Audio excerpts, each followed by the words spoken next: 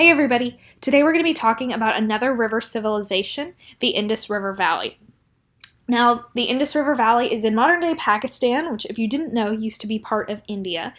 So for the sake of this episode, when I say India, just think about there.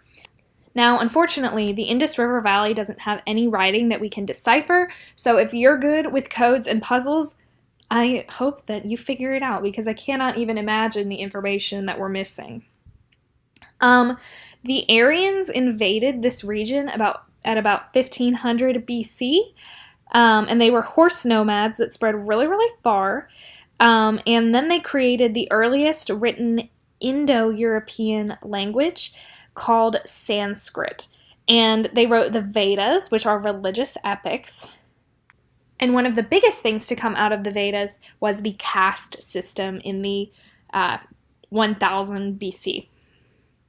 So I'm sure you've heard of the caste system, and it's a type of hierarchical system that's organized by occupation and heredity. Now, the most important thing to remember is that you can't change your caste in this life. You have to do what your father does. There are four major castes: the Brahmin, which are the priests and the scholars; the Kshatriya, which is spelled with a K, which are the warriors and the governors; the Vaisya, which are the farmers and merchants; and the Shudra, which are the unfree serfs, also known as slaves. These four groups make up the caste system, but there's a fifth group that doesn't even get to be a part of the caste system, also known as Dalites or the Untouchables. They're basically living corpses that are shunned by society, and they have to do the worst jobs, like be the janitors, the sewage cleaner-uppers, all kinds of stuff. Now, the religion Hinduism takes all of the castes into consideration. Today, there are 90 million Hindus, which means that it's the third largest religion in the world.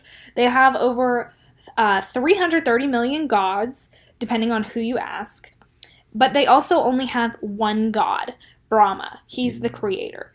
Now, this is something that's called polymorphic monotheism, which, if you want to score a date, is a great way to impress a lady.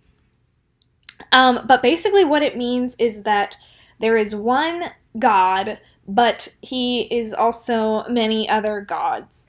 So to demonstrate this, I'm going to give you a little bit of an example. That they believe that the world is illusion, not true reality, if that makes any sense.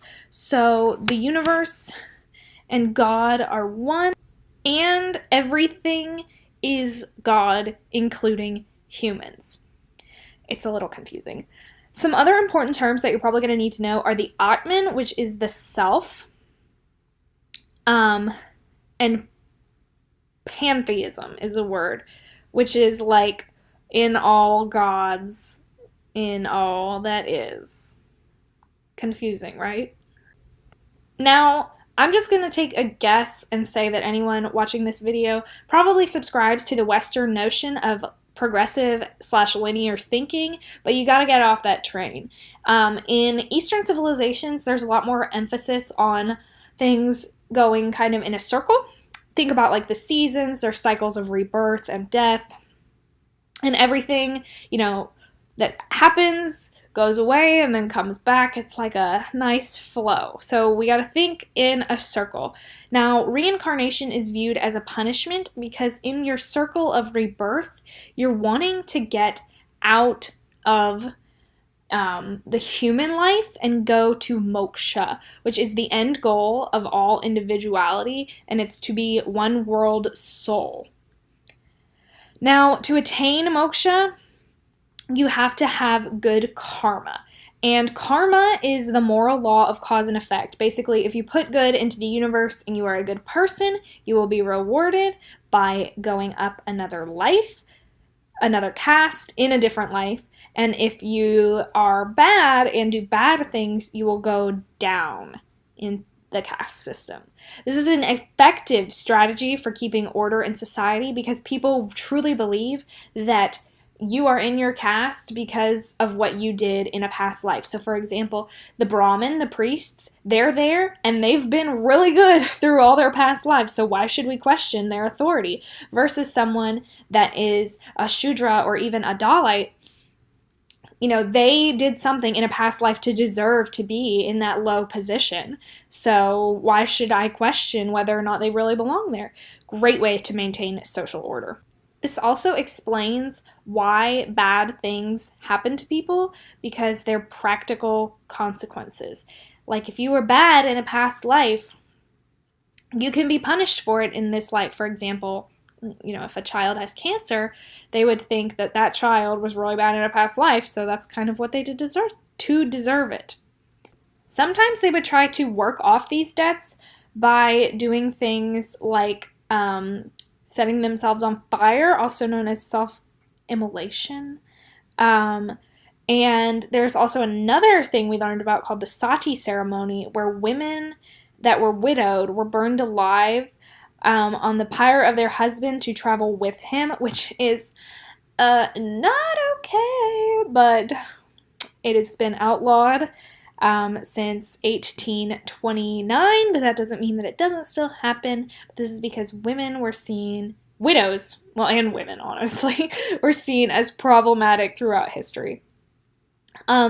There are such things as ascetic Hindus. Ascetic is someone who practices self-denial, like fasting, staying completely still, or not laying down. So as you can see, this is a completely different way to look at the world than how you or I probably would see it.